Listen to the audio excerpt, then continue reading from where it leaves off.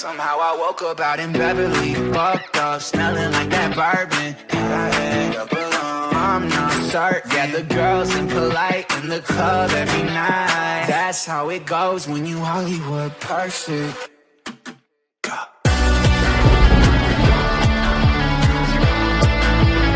Hollywood perfect. Wagwan people, Lumanny here, back here, another episode of the Aston Villa Save here on my channel. We're starting this one off in a press conference, just one or two questions. I'm still not a big fan of the press conferences in this year's FIFA. I like the post-match stuff because I actually pick out things from the game, but pre-match, not great. 6 games for us in this episode, starting off with a game in the league against Bournemouth. We then have Union Berlin in the Europa League. City in the league, followed by Fulham, then Besiktas, and then we round it off with a game against Crystal Palace. You can see we're doing pretty well in both tables right now. Second in the Premier League, first in the Europa League, so hopefully we can build on that. I think we actually have to accept now that we are mounting a challenge for the Premier League title. We are definitely in the conversation, and I think top 4 is well within our realms, but I actually think that challenging for the title, I'm not going to say that we're odds on to win it because I don't think we are, but challenging for the title is definitely possible. But anyway, we're starting things off with a game away to Bournemouth. It's a game that we should be able to win. Bournemouth, obviously, they're not the easiest team. Antoine Semenyo is a big issue. Very decent player. Zabignani at the back as well, another decent one. But we do have a very strong lineup for this one. I did rotate the squad a little bit. Matty Cash coming in. And Jackson Price coming in on left wing, but besides from that, it's pretty much our strongest team. Ian Matson also coming in as our other fullback, but pretty strong side from us overall. I was feeling quite confident. We started things off with a lot of attacks back and forth. Their keeper was looking a bit shaky. I don't know how that wasn't a penalty there, because his name is You're Big. I think it's You're Big or something like that, but it's definitely You're Big. He went straight through the back of Ollie Watkins to get that ball. But it wouldn't matter because only 5 minutes after that penalty shout, we would go forward with Ollie Watkins. Nice little passing move from us all together. We play Ollie Watkins through, and in typical Ollie Watkins style, he tucks it in to the back of the net. Mr. Consistent for us, Mr. Reliable. Everything that we need from Ollie Watkins. But then I slip back into my old habits of the challenges I know you cannot make on this year's FIFA. I tried to lunge across to get the ball with a centre-back, but every single time I do it, they just never have momentum, and they always end up just taking the man. It's happened here again. I think Danto has done it maybe 2 or 3 times this season. Catches the leg of Tavernier, I think it is, who was trying to go through on goal.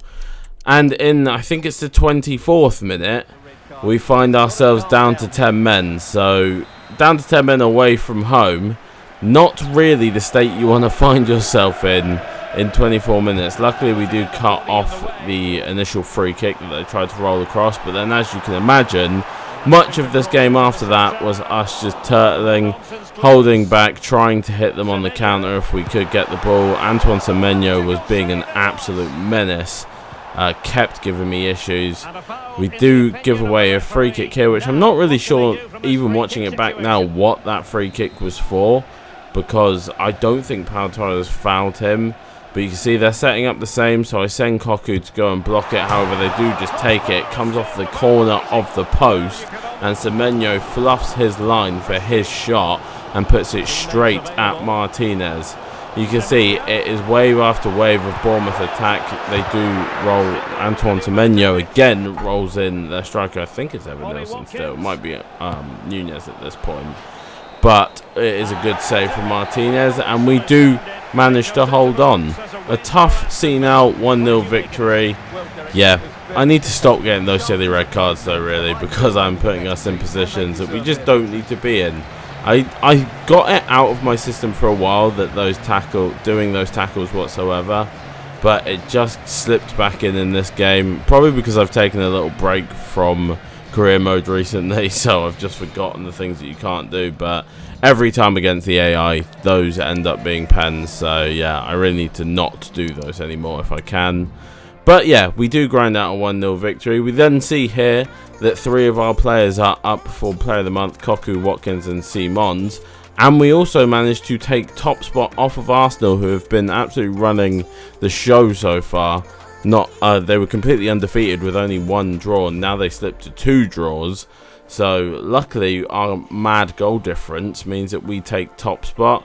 We then would do the Youth Cup, which we would win. Nils Nilsson absolutely ran the show in that for us. Didn't bother showing it because I didn't think it was that interesting. He's got some amazing potential, but he's only 53 rated, so he's very far off first team football. And then there you do see Cocu is Player of the Month and Haaland is the Ballon d'Or winner as we head into the Europa League against Union Berlin. Now, as soon as I saw it was raining, I was immediately like, oh my god, no. Every time I play a European game when it's raining, it is an absolute grind for us to try and get anything from it. So I wasn't particularly looking forward to this in the first place, and also I know Union Berlin from the Mind Save, and I know that they're a very defensive team with this 5-3-2, because that midfield sits in very deep, so it's basically like a back 8, and then they play it out to Volland and Vertsen. So I was not particularly looking forward to this game, especially in the rain, so I knew that means our play isn't going to flow as well. We seem to really struggle in the rain. The rain has a big impact on the way that you can play. We play a lot of ground passes, and when we do play over the top, if you're playing in the rain, they do skip off the surface and absolutely go flying. So I was expecting a tough game here, but I was confident that if we showed up, we would be able to get something out of it. However, in 41 minutes, we could not make anything happen. We had a couple shots, all of them were being blocked, there wasn't a single save, and then Union Berlin out of nowhere string together a prime Barcelona move. One-touch passes, movement all over the place. They eventually find it to your Vertsen. I mean, you can see, look at the passing. It's absolutely insane. Then, unfortunately, Danto is on the wrong side of Vertsen, and Vertsen tucks it into the bottom corner. And that was basically the only action of the first half. We just could not break them down. It was a real struggle. I found ourselves here quite a lot, but couldn't do anything with it. Luckily, this time we do manage to get the centre-back to come across instead of Mark Ollie Watkins. So Bailey can lay it across to him, and Watkins can put it in the back of the net to make it 1-1. That was probably our first real big bit of threat. I was waiting for those chip passes because I thought that was the only way we were getting it past. The commentator seemed to switch to a different person there for a minute as well, which I found really strange. Your Vertsen was absolutely running the show against us, and Volland was as well, actually, to be fair. The physicality of Volland and the pace of Vertsen is a really good combo for the Union Berlin side, and we weren't really dealing with it very well. It's a very strange European night for us, where it just felt like we weren't really getting off the ground. We do manage here, though, to quickly counter-attack. It's a great ball into Leon Bailey. He would then find it to Xavi Simons, who would reverse his shot and send it past Schwallow, I believe it is, in goal to make it 2-1. Like, when I say we had a lot of attempts, we did. However, the attempts that we were having, they just weren't clean-cut. We got 2 clean-cut chances, and we did manage to bury them. This one did almost get saved, so I was thankful that that ended up going in. I then did make a mistake here where I paused for the last couple of minutes, and we would concede in those last couple of minutes because I forgot to unpause it once I came back. I had something I had to go and do quickly as an emergency, and I just completely forgot to unpause it. Gosens would do a mazy run through basically my whole team and end up tucking it away in literally the last couple of minutes of the game to make it 2-2. So we do slip to only gaining 1 point in the Europa League there, which was very, very frustrating. I was absolutely furious with the fact that we let it slip right at the last as well. And unfortunately, it wasn't kind of the way that I wanted to come into the next game, because next we did have City at home. And I didn't really want to come in. I wanted to come in with good momentum of maybe having handedly beaten the team to give us confidence to beat City, because it was never going to be an easy game. We know City are having a bit of a down season this year. Ezri Konsa playing it right back for them, which is something I was not expecting to see. Yeah, they're having a bit of an iffy season, but they're City. They have the Ballon d'Or winner in Haaland up top. They have a crazy defence and a crazy midfield, so I knew we were going to have to definitely pull out our best. We were pretty even with them for 21 minutes. We would then play through Matson, but he would get tackled, but tackle it back and actually managed to finish off his own attempt from the tackle and put it into the side netting. Not a lot of goals for Ian Matson, not a lot of production. He has kind of lost his place in recent times to Doherty. But that is a very good bit of play to win the ball back and then to be able to finish it as well as a left back. I think that's maybe only his second or third goal for us in the save. Maybe only second, but yeah, it was impressive. It would then be back and forth again. Most of this game was getting played in the midfield. We would win it back from City just before half-time, and Koku pulling out what is coming to be a bit of a trademark Koku goal with the outside of the foot. Great finish into the back of the net to put us 2-0 up before half-time. Absolutely huge performance from us in this first half. We were really taking it to City, but like I say, it's City. They were definitely 100% coming back at us. I don't think I've concentrated more on a game in this year's FIFA than I was in this one. Like, I was fully face against the screen almost. Concentration. We would then go through here, find Ollie Watkins. He would volley one into the back of the net, but unfortunately it would turn out that he would be offside, so that goal would not stand. I wanted to watch the replay because I thought he timed his run really well, but you can see here he's just about a head offside, which is really frustrating. I was then trying to slow down play a little bit, but Emi Martinez makes an absolute mare of a pass. Phil Foden runs onto it, hits it first time, and it flies into the back of the net. And that's exactly what I didn't want, because Emi Martinez really has no reason that he should be messing up that pass there. But unfortunately he did, and it put us in a really bad position. Savinho then came on for Jack Grealish, and he started getting through us a little bit. Emi Martinez making up a bit for his mistake there. And then I would decide to sit back from here. I wasn't yet. I was still trying to counter them. I was still trying to hold possession of the ball. But I just thought, we have 5 minutes left. Let's just see if we can absorb this City attack. I wasn't going to sit back. I was just going to make the personnel changes. And then I went, no, screw it. I've got Hatate on. I've got Onana on. Let's just tell the fullbacks to stay back. Let's drop the line. Everybody just sit in and see if we can grind out a result against City, because it would be a huge one. And really, they didn't have another attempt from there. We kept sending them down the swing with Konsa and Foden, and they would kind of just playing it around here. Kamara would then get a good foot in, and we would again get out another big victory for ourselves, this time against City. And like I said last episode, these are the kind of games that we need to be getting results in if we're going to try and win the title this season. Because if we're not getting results against the sides that could be running, the former champions, whatever, that's where we're going to lose points. I feel like we can kind of deal with most of the lower down teams, bar slip-ups. But yeah, these teams are the ones we need to be beat. We then do take a 2-point gap at the top of the table. So that is very nice to have. There's a tiny bit of breathing room, but a bit of breathing room nonetheless, because we have been just head-to-head pretty much goal difference to goal difference with Arsenal and Brighton. So to get a little bit of breathing room, that is what we need, and that is what we wanted really coming into the next game against Fulham.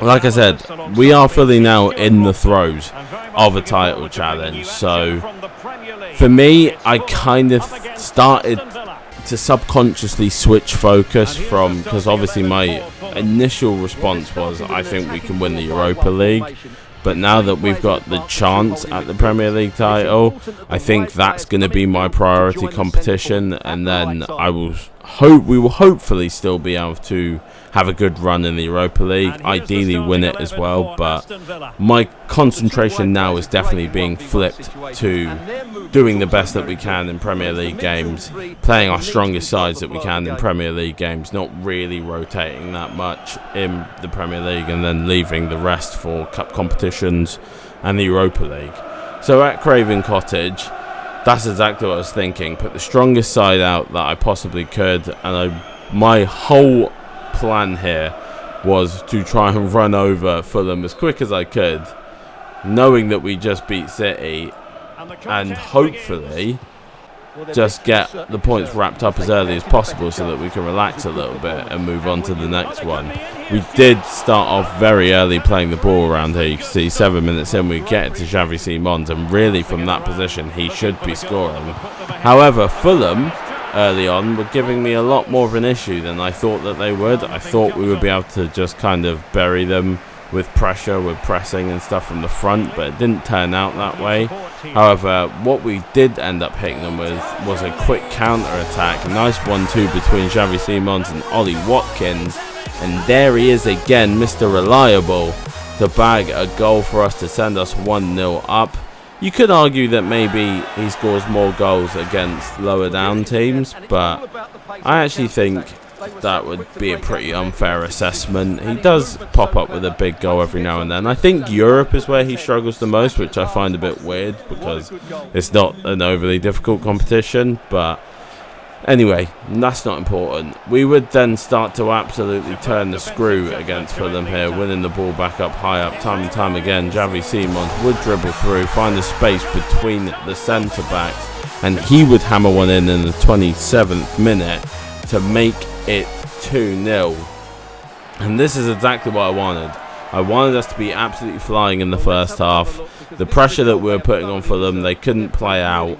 That's exactly how I want us to play football. I know it's not always going to go perfectly that way. I know against the sides that can play out better, we're not going to be able to do that as successfully.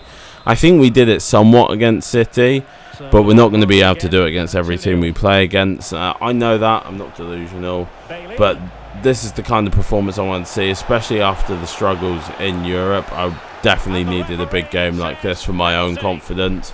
Beating City was huge, but it was a bit of a grind towards the end. The first game against Bournemouth was obviously a bit of a grind.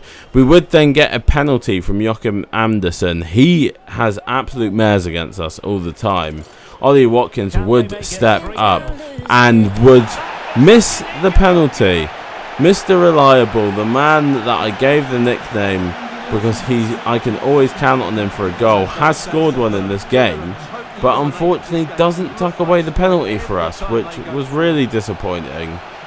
But as you can tell, we would hold on to the ball.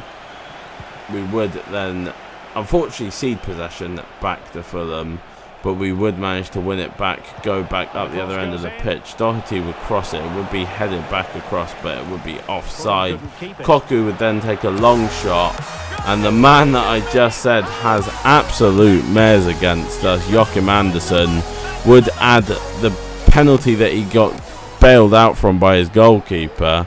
He would add an own goal to his list. It's given it as a Koku goal, but I have to be 100% honest and say there is absolutely no way that this can be a Koku goal. Nice first touch, he then chips it up to himself, volleys it. The keeper is 110% going the right way. Joachim Andersen, for some unknown reason, decides to stick a leg up and then ends up chipping it over his keeper. Can't recover quick enough to clear it away, and that does end up putting us 3-0 up with a Koku goal. Like I said, a little bit suspicious that it's been given as a Koku goal. We might be tampering with the decision makers on whose goal it's going to be. But I'm sure Joachim Andersen will be more than happy not to be credited with the goal. Fulham would then almost go through, but we would get the last minute tackle. The ball would fall to Koku, who would hold on to it well, find Bissek. He would chip it over to Josh Wagnerman, who would switch the ball all the way across to Alfie Doughty. Nice little passing move from us, just keeping possession. Koku there again to pop up to find the space. Leon Bailey would pick it up into Josh Wagnerman. First time cross back to Ansu Fati, and Ansu Fati would slot home for our 4th goal and definitely secure the points. I mean, I'm almost certain that the points were secured at 2-0, but 4-0, you know 110% that you're walking away with all the points. Absolutely huge performance from us. Like, this is exactly what I wanted. This is exactly what I wanted us to do. I want us to go into games like this and just get them sorted quickly. No problems, no fall aparts. This will be the kind of results that will be huge for us come the end of the season when we look at our goal difference.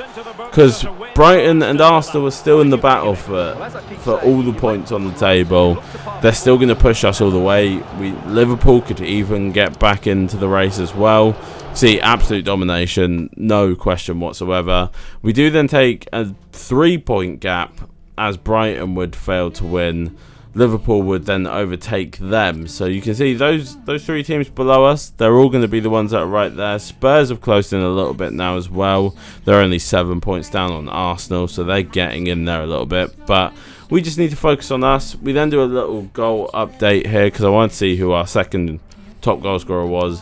It is Ansu Fati, which is nice to see. Xavi Simons is also chipping in nicely with 7 goals now and 15 assists. I think if he gets to 10, along with the 15 assists, that will be more than a successful first season. We are struggling for goals a little bit further down the rotation, though, which is a little bit of a concern because obviously you need your rotational boys to also be banging in goals.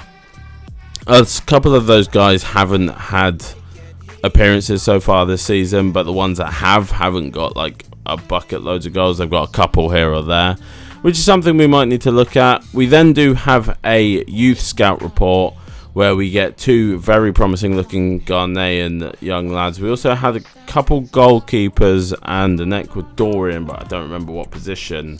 But we only had 2 spaces. I do decide to call up Nielsen and one of the Australian boys, who will just go out on loan because they're not anywhere near first team level. This is one of the boys, Salawu.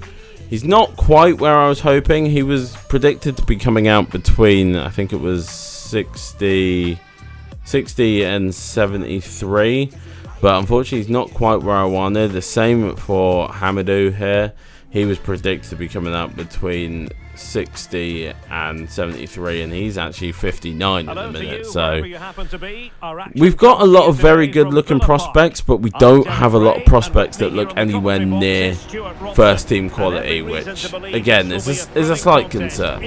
But next up, game wise, we do have another Europa League game up against Besiktas. They have recently had a bit of a surge, and I think they are now above us in the table. That draw against Union Berlin actually really sent us quite far down the table, a lot further than I was expecting. You can see it's a big rotation for us. Like I said, I'm switching focuses a bit. Manu coming in, Onana, Rogers, Duran and Buemo all starting up top. The Besiktas side, Yamuso in goal, Getson Fernandez, Rafa, Rashika, Immobile, Al-Mazrati. It's a decent side overall, to be fair, and obviously they must be doing decently because they've picked up points of recent times. They were a lot more trouble than I was expecting. This man here, who you see get on the ball and pass it back out, Rafa, was absolutely sending me. Every time he got on the ball, his agility and his pace were just they were so much more than I was expecting them to be. I just really couldn't put up with them whatsoever. We do manage to crowd them out here, get the ball into Xavi Simons in the second half. Like I said, we couldn't make anything happen. I did decide to swap Rogers and Simons. Simons would find a good ball to Ian Matson here. He would then roll it across to John Duran, and John Duran would slam one home to put us up 1-0 in the 70th minute. This game was a slog. I can't even lie to you. There's no other way to put it. The rotational boys made me really think about how we're going to do this, because I think if we're going to challenge on multiple fronts, we need more rotation in this team, because they just did not step up whatsoever. It was at the point where I was pretty much, as soon as that goal went in, I just started making changes because I was so unhappy with how we were playing as a team. There was just no cohesion. Nothing was working the way that I wanted. The passing was bad. It was slow. And defensively, we were pretty shocking. Rafa then picks up the ball here from kickoff into Rashika. He would find Svensson. I was thinking we'll just crowd this one out, but that ball there finds Rafa. I can't get anyone near him. Martinez comes out to close the angle, but can't do it. And literally from their kickoff, Rafa, the man that has been giving me the trouble the whole game, would give them an equaliser, which was pretty devastating, because I just made those changes to hopefully take more control of the game, and immediately we just got hit back. 2 minutes is like, that's terrible. You cannot be conceding that fast. Cross here from Matson was pretty poor, finds Mbuemo. We would then play it to Koku, who would go for a signature shot, but Musso would manage to get a hand to it and palm it away. And that, unfortunately, would see us drop more points in the Europa League. It seems now that our league form's picking up, our Europa League form is definitely taking a hit with 2 draws from our last 2. Disappointing, but at least we're getting a point, I guess, if you have to take some salvation from it. We have dropped from first now down to 5th, which is quite disappointing, because I was feeling like we were going to absolutely sail through at one point, but now it's looking a little bit more iffy. So hopefully in our next round of Europa League games we can perform a bit more consistently, is what I was trying to say, but I just combined the words. Then to finish the episode off, we would have one last league game up against Crystal Palace. Again, I put my strongest team out against Crystal Palace. Didn't matter that it was Crystal Palace, it's a league game. And like I said, this is our priority now. I want to win the Premier League if we can. I want to stay in the battle for as long as possible. It was another 5 back, so I knew that it wasn't going to be the easiest game for us for sure. But I felt that we had a better team than them overall. Like, they have decent players, but I just felt that we had the better team. And if we could press them, I thought that's where we would start to see things shining through for us in this game. They play a very risky style, this Crystal Palace side, because you can see here where Munoz is currently stood. He overlaps on Ismail Assar. So if we win the ball off of their wing backs, we have a definite 3-on-3. And that's what I saw here. Ansu Fati gets played through, and with our first counter-attack against Palace, we would tuck it in and make it 1-0 within the first 3 minutes, I think it was. But yeah, I identified that early, that their wing backs are very high, which means Ansu Fati and Leon Bailey should pretty much have freedom to just run through if we can counter-attack them without much problem, with Ollie Watkins occupying the middleman, so he should be relatively free if one of the other centre-backs needs to step out. The Crystal Palace style of play, though, did actually work a lot better than I thought it would. They had a lot of possession with it, but you can see here we are managing to break through most of the time. Leon Bailey has a good shot, but it is saved. And then Palace would start troubling me a little bit here. This is just really poor defending. I couldn't decide whether to be on Wagnerman or whether I need to be on Bissek, and we got really lucky there not to be 1-1. It would then take us into the second half to have another attempt. Would be saved, but then we did start taking control of this one. Xavi Simons rolling around the corner nicely and then hammering one home to make it 2-0. Palace were threatening us, but like I said, if we could put the pressure on those fullbacks, they were completely open, and that's exactly what happened there. They just didn't have another player to come and close down Xavi Simons once he spun around the corner. So it's pretty much a free shot on goal for Xavi Simons. We would then take control, like I said, but late on here, they would actually manage to find the ball through to Afif, who's very quick. Ismail Assar is on the pitch as well, so he managed to keep up with the Thief pretty much the whole way down, and it would be an easy lay across to make it 2-1. And now I have to say that the nerves did creep into me a little bit here. I was like, oh god, don't let this be a comeback, don't let it be another draw, because we had already had the 2 Europa League draws. I was feeling a little bit anxious, I can't lie. If Thief ended up being an absolute revelation when they brought him off of the bench. Tries to swing one in early here, drops to Kamada, Kamada takes a shot, would fall to Matty Cash. You can see it's the 92nd minute, and we would manage to walk away with all 3 points once again. So the league is going really well for us. Europa League, we're dropping off a little bit. We are going to have FA Cup games coming in soon as well, so I think there's definitely going to be recruits brought in January, because I think we need a little bit more quality rotation in some areas. But overall, I'm happy with how we played in this episode. And yeah, that's going to be it. We will finish things 5 points clear at the top of the table over Liverpool and Arsenal, so it's going well for us. We have Arsenal in the next episode though, so that is going to be a game to watch. So please like, subscribe, turn on notification bells, get notified about next episodes available, and I hope to see you in it. Peace.